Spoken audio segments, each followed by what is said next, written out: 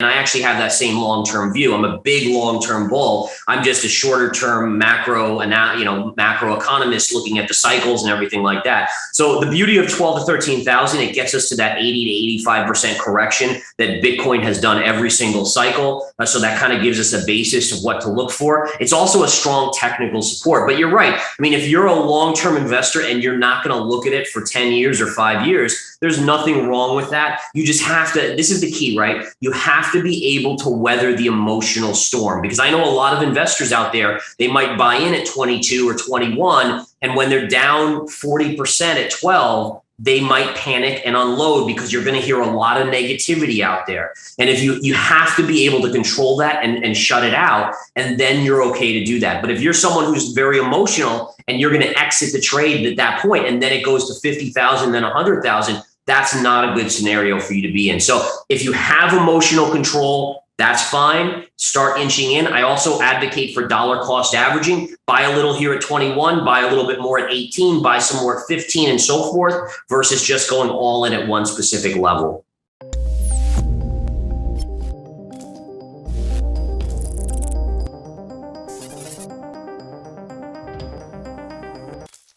Hello and welcome to Money Talks. In today's video, Chief Market Strategist of InTheMoneyStocks.com, Gareth Soloway, updates about Bitcoin's recent price performance, the collapse of the stock market, and the impact of Ethereum merge on the overall crypto market. Make sure to stick around till the end of this video, where Gareth Soloway reveals his long-term price prediction for Bitcoin.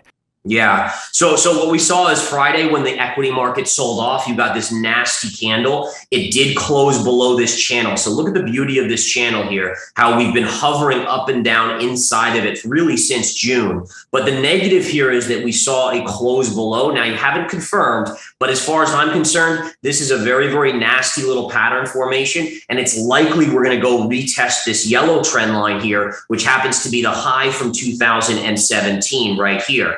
That's going to be a big line in the sand. If we break that, then you see that move down that I've been calling for as my secondary target. You know, my first target was 20,000. We talked about it last year in Dubai when I was there in October 2021. We said 20,000. Now I say it's going to actually go lower than that. Next stop is going to be 12 to 13,000. So we are headed lower, and it's going to be a rough road along the ways here.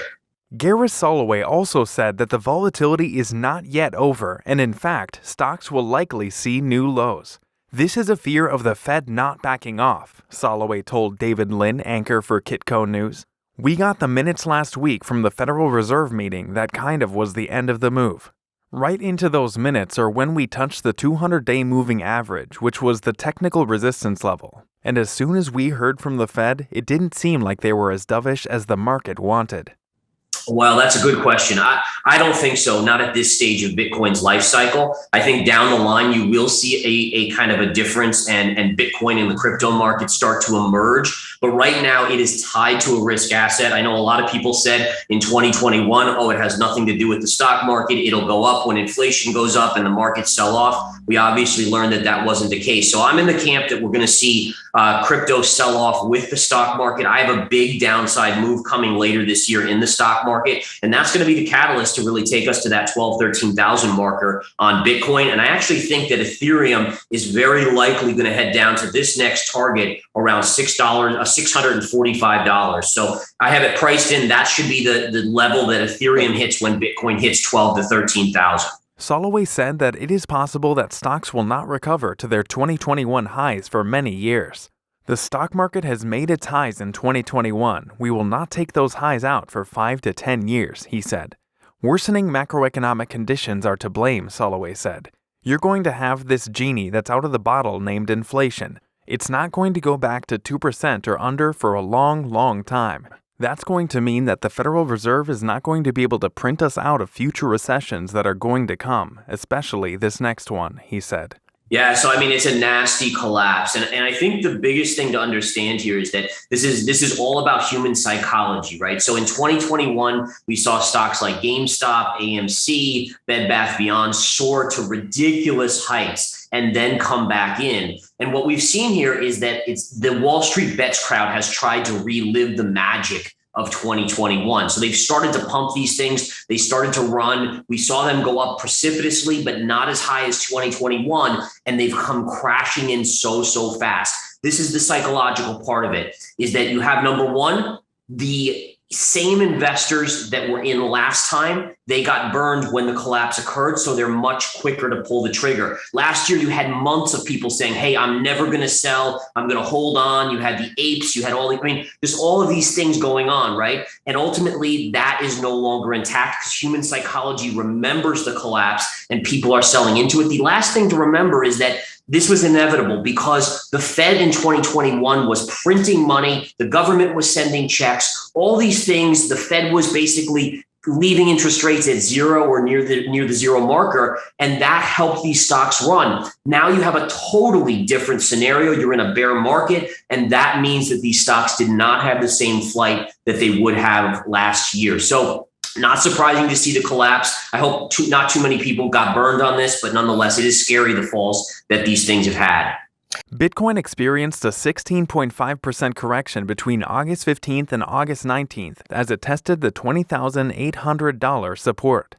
While the drop is startling, in reality, a $4,050 price difference is relatively insignificant, especially when one accounts for Bitcoin's 72% annualized volatility.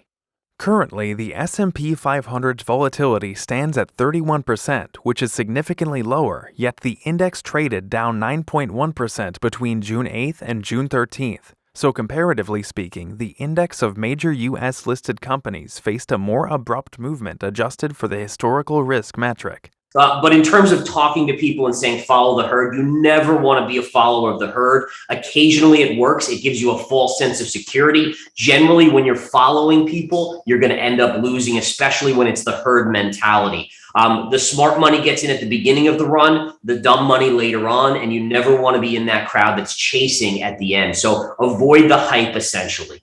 At the start of this week, crypto investor sentiment worsened after weaker conditions in Chinese real estate markets forced the central bank to reduce its 5-year loan prime rate on August 21st.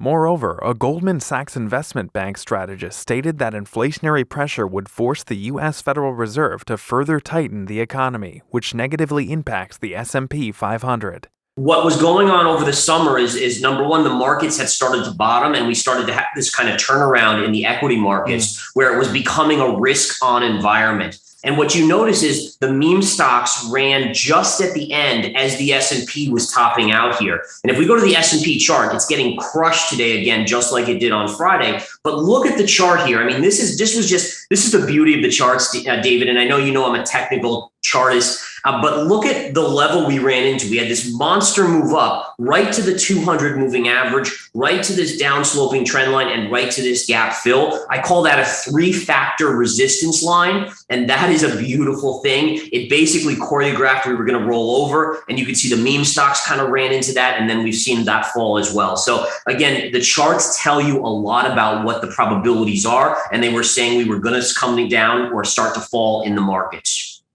Regardless of the correlation between stocks and Bitcoin, which is currently running at 80 out of 100, investors tend to seek shelter in the US dollar and inflation-protected bonds when they fear a crisis or market crash.